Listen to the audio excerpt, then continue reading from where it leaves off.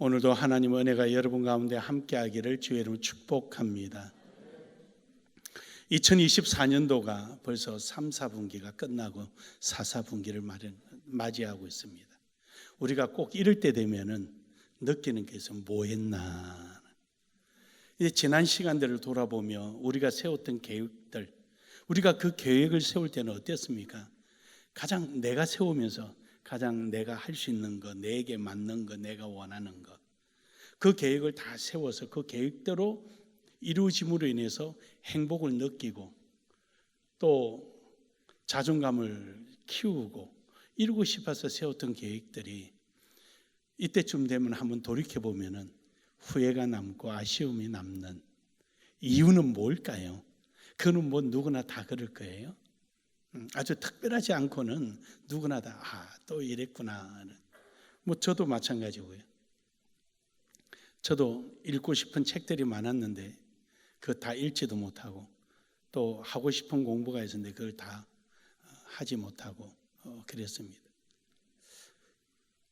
그 음악사를 이제 한번 후반기에는 공부 좀 해봐야지 했는데 손도 못 대봤습니다. 이제 우리 교회 교관은 내가 꼭 만들어 놔야 되겠다 싶어서 교관은 거의 다 지금 만들어져 갈 것 같습니다. 이제 가사는 다 4절까지 정리해 놓고 좀 손보고 있습니다. 그리고 어쨌든 뭐 하고 싶다고 해서 다 되겠습니까? 안 되는 거죠. 근데 이유는 왜 그럴까라는 것이죠. 내가 만들고 내게 가장 잘 맞는 것을 했는데도 왜 안 될까? 그럼요, 그것은 우리가 하나님의 계획과는 멀어져 있기 때문이죠. 하나님의 계획에 내 계획이 함께 가야 되는데 즉 우리 인간의 계획이 먼저 앞서다 보니까 결국은 늘 실패하게 되고 후회하게 되고 아쉬움이 남게 되는 것입니다. 오늘 여기 있는 본문의 말씀에서 보면은 하나님께서 우리를 가장 잘 아신다 그랬거든요. 또 하나님이 가장 잘 아시는 방법으로 우리를 인도해 주신다고 그랬습니다. 그러므로 여러분, 오늘 우리에게 유일한 희망은 하나님의 계획에 있습니다. 그러므로 우리 계획을 하나님의 계획과 함께 할 때 비로소 우리에게 행복이 있고 소망이 있고 희망이 있는 것입니다. 아무리 우리의 생각과 우리의 지식과 경험을 가지고 생각을 하고 계획을 세워도 우리는 그 계획이 낭망하게 되고 절망하게 될 때가 많이 있습니다. 오늘 여러분과 저는 오늘 본문을 통하여서 유일한 희망이 되신 하나님의 계획 안에 함께하기를 주의 이름으로 축복합니다. 첫 번째로 하나님의 계획입니다. 유일한 희망은 하나님의 계획 안에 있기 때문입니다. 오늘 본문 말씀은 예레미야 27장에서 29장까지의 이 어간 속에 있는 내용을 좀 우리가 먼저 알 필요성이 있습니다. 이때는 어느 때냐 그러면은 이스라엘 백성들이 이 바벨론에 의해서 많은 어려움을 겪고 있을 때입니다. 이때가 BC 597년 정도쯤 되는데 느부갓네살 왕이 예루살렘을 2차 침공하고 나서 이제 그 유다를 완전히 넘어뜨리게 되죠. 그리고는 느부갓네살 왕이 시드기야 왕을 자기가 왕으로 세워놓고 잘 다스려, 말 잘 들여, 그러고 이제 떠나갔는데 이때 예레미야가 이야기하죠. 하나님께서 우리를 평안하게 할 것이다. 그 예레미야 29장 7절에 보면은 예레미야가 이렇게 외칩니다. 하나님이 평안하게 할 것이다. 너희는 힘쓰고 기도하라. 너희가 평안할 것이다. 그리고 바벨론을 위해서 기도하라. 이제 그렇게 이야기하는 거예요. 그러니까 바벨론이 우리를 두 번이나 침공하고 왕을 폐위시키고 시드기야 왕을 세워놨는데 무슨 바벨론을 위해서 우리가 기도를 하냐. 그러면서 시드기야 왕은 그 예레미야 말을 듣지 않고 자칭 선지자라 하는 사람들의 말을 듣고 주변에 있는 나라들과 결속을 해서 느부갓네살 왕, 즉 바벨론을 대적하게 됩니다. 이때 하나님께서 예레미야 29장 8절에서 9절에 이렇게 또 경고를 합니다. 너희가 그 선지자라는 자, 내 이름으로 왔다는 자 믿지 마라. 나는 그들을 느부갓네살에게 내주리라. 너희는 절대 믿지 마라. 그리고 하나님께서 경고의 말씀까지 합니다. 함에도 불구하고 이들이 말을 안 듣고 반 바벨론 정책을 펴다가 결국 포로로 그러고 나서 시드기야 왕이 왕으로 등극하고 나서 4년 후에 이들이 완전히 포로로 잡혀가서 끝나버리고 마는 거죠. 예레미야 29장 21절에 보면은 하나님께서 이렇게 말씀하십니다. 21절에 보면은 만군의 여호와 이스라엘의 하나님 내가 골라야의 아들 아합과 마야세아의 아들 시드기야에 대하여 말하노라. 그들은 내 이름으로 너희에게 거짓을 예언한 자라. 보라, 내가 그들을 바벨론 왕 느부갓네살의 손에 넘기리니. 이게 저 말이 그냥 죽었구나 이런 뜻이 아니에요. 저는 어마어마한 비참한 상태를 말하는 거죠. 유대인들은 이방 손에 죽게 될 때 가장 치욕적으로 느낍니다. 무지무지 치욕적으로 느낍니다. 우리가 보면은 아합 왕 시대 때 갈멜산에서 엘리야가 850명을 죽이잖아요. 죽이고 나서 이세벨이 그 소식을 듣고 엘리야에게 사람을 보냅니다. 너 내일 이맘때 저 죽은 사람들처럼 너도 죽으리라. 그러니까 엘리야가 도망을 갑니다. 도망가다가 광야에 있는 로뎀나무 거기에서 들어가서 하나님 이 정도면 됐습니다. 나 좀 죽이십시오. 그게 열왕기상 21장 4절에 그는 이렇게 표현합니다. 하루길이면 충분하니. 그 하루길이란 것은 이세벨이 내일 내가 너 이루겠다니까 막 도망가지고 하루라는 시간을 있으니까 하나님 이 정도면 충분하니까 나 죽이십시오. 내가 어찌 저 이방인에게 내가 죽을 수 있겠습니까? 그러니까 이런 선지자도 이방인한테 죽는다는 것은 이는 뭐 이루 말할 수 없는 거죠. 아주 그냥 비참하기 이를 데 없는 모습이죠. 이것이 신약 시대 때도 있었어요. AD 70년경에 로마의 티도 장군이 예루살렘을 정복했지요. 그때 열심 당원들이 전부 다 마사다라는 산 위에 있는 망류대로 다 도망을 갑니다.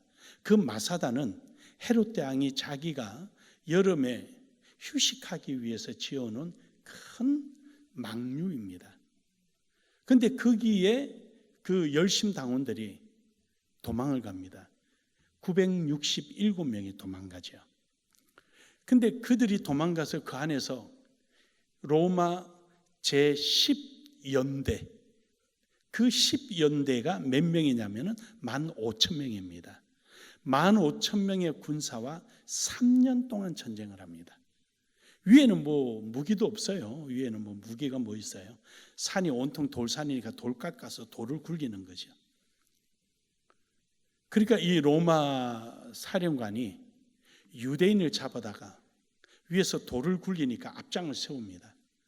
그러니까 자기 형제를 죽일 수가 없잖아요. 그래서 결국은 항거하는 것을 포기합니다. 하지만 저 이방인에게 우리가 죽는 것은 수치 중에 수치다. 그래서 지도자가 어떻게 하겠느냐? 우린 저들 손에 죽을 수 없다. 그러니 제비를 뽑자. 그 제비를 두 줄 서서 제비를 뽑아서 한쪽이 나머지 한쪽을 죽입니다. 그러면 나머지가 또 제비를 뽑습니다. 그리고 또 죽입니다. 그래서 마지막까지 죽이는 거예요. 그리고서 나서 그 다음날 로마 병사가 올라서 보니까 허탈한 거예요. 다 죽고 없어요. 그 정도로 이방인에게 죽는 것을 수치로 생각했습니다. 근데 거기에 어린아이가, 죽지 않은 어린아이가, 숨어있던 어린아이가 있어서 어찌 된 거냐 하니까 그래서 이 사실을 알게 된 거예요. 로마는 15,000명을 데려왔지만 이긴 게 아니었습니다. 그들은 진 거죠. 그러니까 이 정도로 유대인들은 이방인에게 죽는 걸 싫어합니다. 지금 이스라엘 전쟁하잖아요. 한 명 죽으면은요 가만 안 있어요, 그냥. 그래서 지금 헤즈볼라 그 수장을 죽이기 위해서 그 비싼 폭탄을 100발을 쏟아부었다 그러잖아요. 그러면서 후임자가 또 나왔는데 또 그만큼 쏟아부어서 또 죽였다 그러잖아요. 그러니까 그만큼 그들은 이방인에게 죽는 걸 싫어합니다. 한데 지금 저기서 하나님 뭐라 그럽니까? 느부갓네살 왕에게 주리라 그들은. 그러니까 그들은 그만큼 하나님 말씀에 악했다는 거죠. 그들이 바벨론에 대한 한글을 한 것이 아니라 하나님의 말씀에 대한 불신을 했다는 것입니다. 믿으십니까? 마치 골리앗이 다윗을 상대로 싸운 것이 아니라 하나님의 상대로 싸운 거죠. 다윗은 여호와 만군의 이름으로 나갔는데 골리앗은 자기 힘으로 나갔으니까. 그러니까 이런 것처럼 우리가 자칫 잘못하면은 하나님을 대적하는 경향들이 일어나는 것입니다. 그러므로 여러분, 우리의 유일한 희망은 하나님의 계획 안에 있는 것입니다. 그 계획 안에 있을 때 그것이 때로는 힘들고 어려울 수 있어도 결과는 승리입니다. 그러므로 여러분, 하나님 계획 안에 있기를 주의 이름으로 축복합니다. 두 번째로는 유일한 희망은 나의 계획을 바로 세우는 것입니다. 나의 계획이 하나님 계획에 맞춰져야 된다는 것이죠. 어떤 사람이 배를 타고 가다가 파손됐다 그래요. 그래서 이제 파손이 됐는데 이 사람은 어떻게 해서 파손된 나무 조각을 붙들고 어떻게 해가지고 살아서 무인도에 오게 된 거죠. 그 무인도에 와서 아무도 안 사니까 뭐 어떻게 해서 나무를 주워다가 해변가에다가 이렇게 움막을 짓고 언젠가는 지나가는 배가 자기를 발견하기를 바라고 매일같이 기다리고 있었던 거죠. 그래서 이 사람의 계획은 그 움막을 보고 알아주기를 바랬던 거죠. 그래서 늘 이제 그 낚시를 해서 연명하고 있다가 어느 날 낚시하고 갔다 왔더니 움막이 폭삭 타버리고 없는 거예요. 그리고는 크게 실망하고 하나님을 원망하고 그러고 있는데 그 다음날 배가 하나가 나타난 거예요. 그래서 어떻게 알고 여기 왔느냐 그러니까 당신이 어제 연기를 피워서 그래서 당신이 있는 줄 알고 왔다. 그래요 여러분, 우리 계획은 움막이라는 데 있을지 몰라도 하나님의 계획은 전체 속에 있는 것입니다. 여러분 힘들고 어려움이 있을 수 있죠. 왜 없겠어요? 때로는 힘들고 아프고 괴롭고 내일이 보이지 않을 때도 있어요. 그런데 그 순간이 말이에요 여러분, 움막이 다 타버리고 죄만 남은 순간일 수도 있는 겁니다. 근데 그것이 절망일까요? 그것이 낭망의 이유일까요? 아니요. 내 눈에 보이지 않는 흩어져 가버린 그 연기일지언정 그 연기는 누구에겐가 나의 존재를 알리는 신호가 되는 것입니다. 오늘도 하나님의 역사는, 하나님의 계획은 여러분의 인생에, 여러분의 계획이 하나님의 계획에 함께하고 있다면 결코 오늘 이 순간에 여러분 실망하지 마십시오. 그것이 하나님의 계획을 이루어가는 시작일 수도 있습니다. 잠언서 16장 9절에 보면은 사람이 마음으로 자기 길을 계획할지라도 여러분 저기서 사람의 삶이 이게 아니죠. 마음으로 맨날 혼자서 그냥 온갖 공상을 다 떨고 그냥 망상을 다 떨고 그런 거예요. 마치 이런 거죠.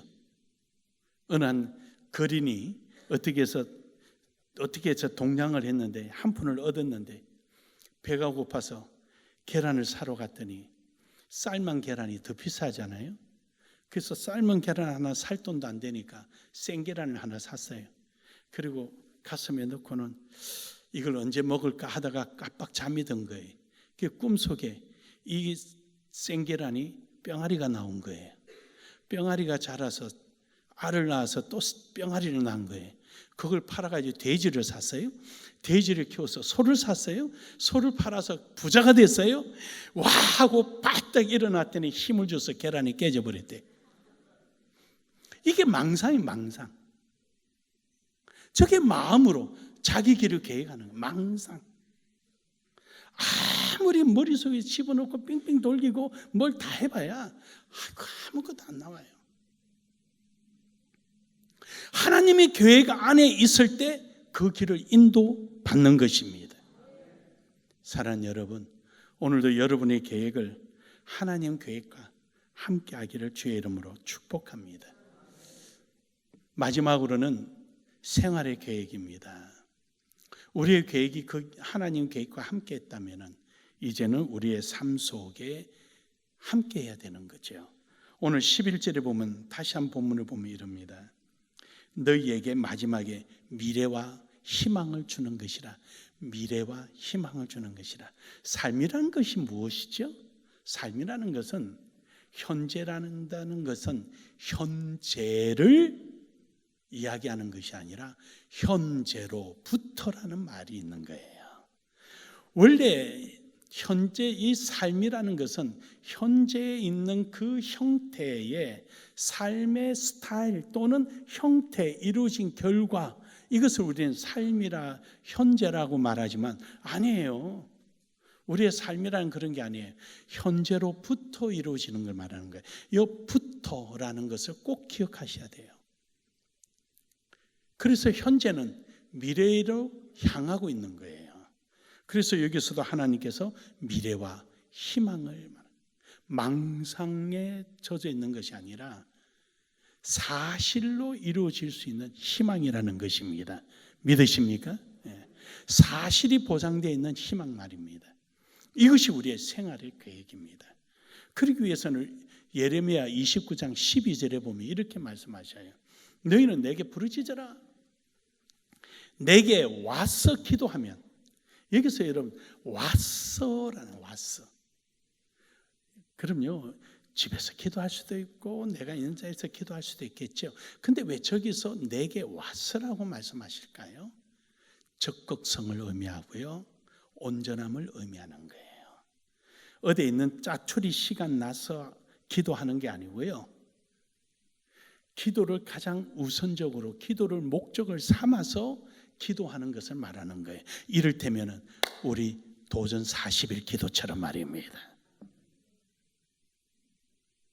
그 기도를 하나의 목적을 삼고 거기에 온전한 마음으로 나의 모든 것을 다 드려서 기도하는 그 자세를 말하는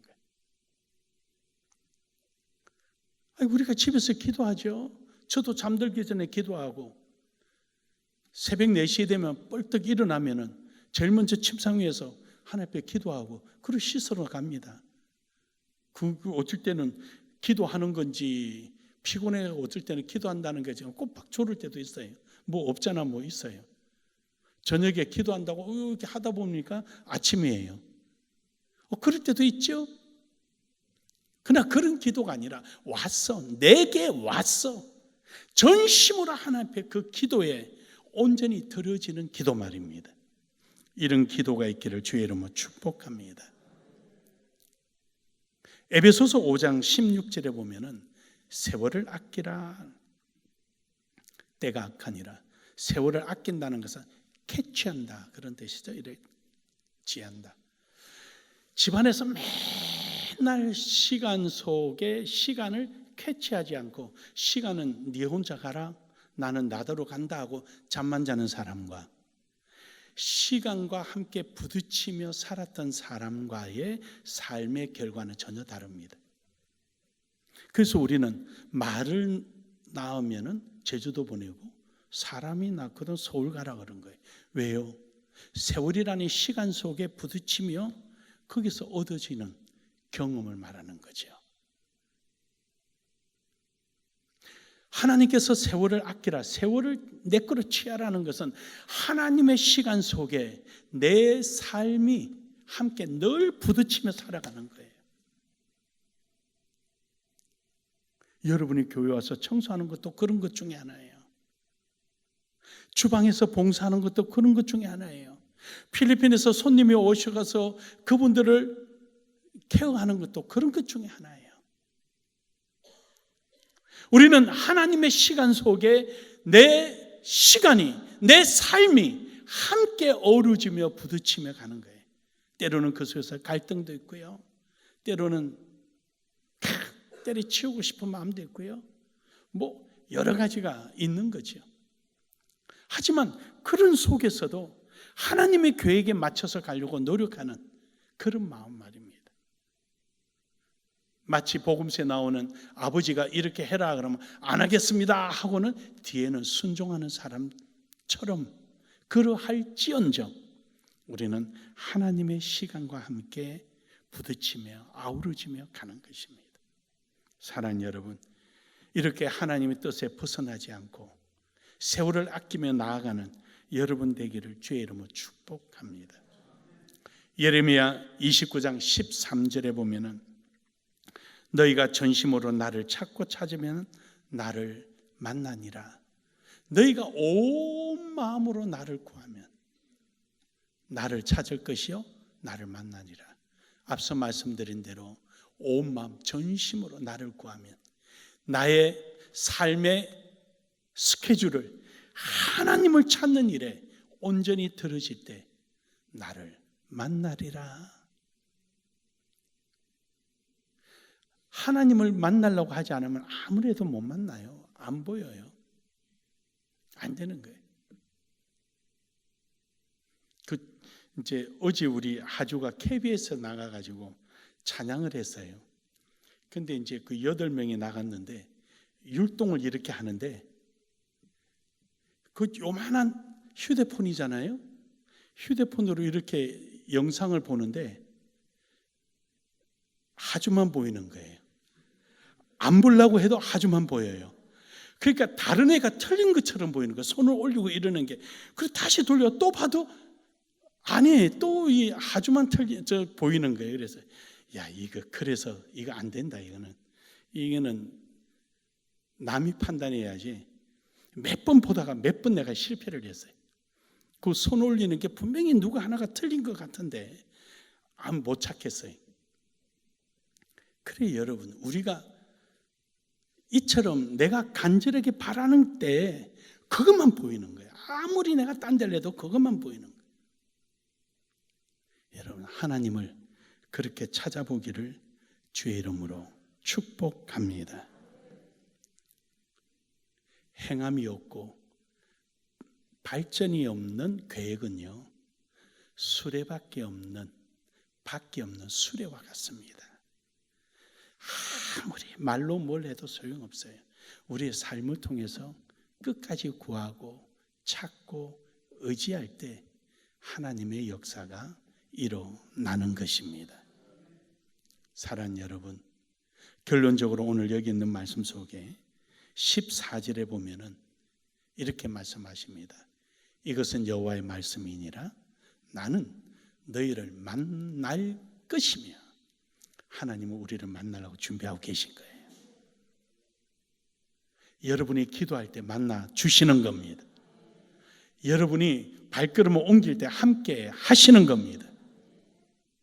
너희를 포로된 중에서 다시 돌아오게 하되 내가 쫓아 보내었던 나라들과 모든 곳에서 모아 사로잡혀 떠났던 그곳으로 돌아오게 하리라.